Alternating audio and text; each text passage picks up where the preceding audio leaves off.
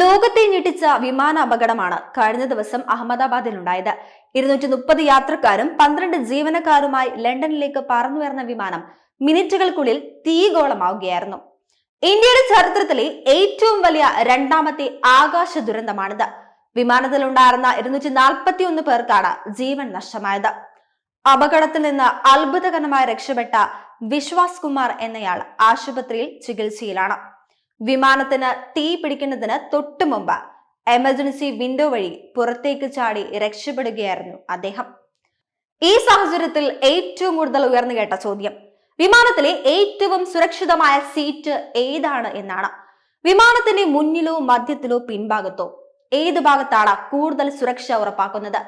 ഇത് സംബന്ധിച്ച് നേരത്തെ തന്നെ നിരവധി പഠനങ്ങൾ നടത്തിയിട്ടുണ്ട്. ഇനി നമുക്ക് ഏത് സീറ്റാണ് ഏറ്റവും സുരക്ഷിതമെന്ന് ഒന്ന് നോക്കിയാലോ.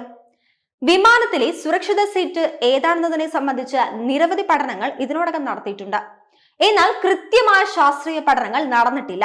മുമ്പുണ്ടായിട്ടുള്ള വിമാന അപകടങ്ങളുടെയും വിമാനത്തിന്റെ രൂപകൽപ്പനയുടെയും അടിസ്ഥാനത്തിൽ താരതമ്യേന സുരക്ഷിതമായത് പിൻഭാഗത്തെ സീറ്റുകളാണ്. എന്നാൽ ഇത് അപകടത്തിന്റെ ചലനാത്മകതയെ ആശ്രയിച്ചിരിക്കുമെന്ന് നോർത്ത് ഡെക്കോട്ടെ സർവകലാശാലയിലെ വ്യോമയാന സുരക്ഷാ ഗവേഷകനായ ഡാനിയൽ ക്വാസി അഡ്ജേകം പറയുന്നു.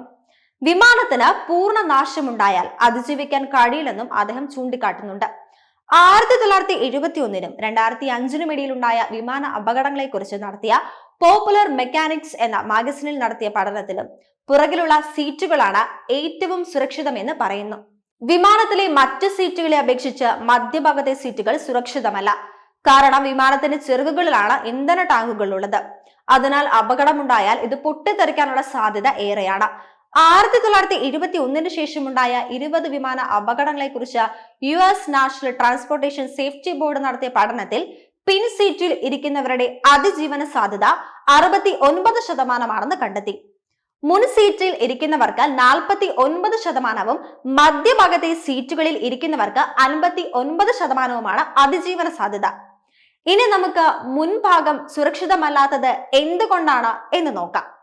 വിമാനത്തിന്റെ ഗതികോർജത്തിന്റെ ഭൂരിഭാഗവും മുൻഭാഗത്താണുള്ളത്. കാരണം ഏറ്റവും കൂടുതൽ പീഡമുള്ളത് ഇവിടെയാണ്. അപകടത്തെ തുടർന്ന് വിമാനം നിലത്ത് പതിച്ചാൽ ആഘാതം താങ്ങാൻ കഴിയാതെ രണ്ടായി വിഘടിക്കാനുള്ള സാധ്യത ഏറെയാണ്. അതിനാലാണ് മുൻ സീറ്റുകൾ അത്ര സുരക്ഷിതമല്ലെന്ന് പറയുന്നതിന്റെ പ്രധാന കാരണം.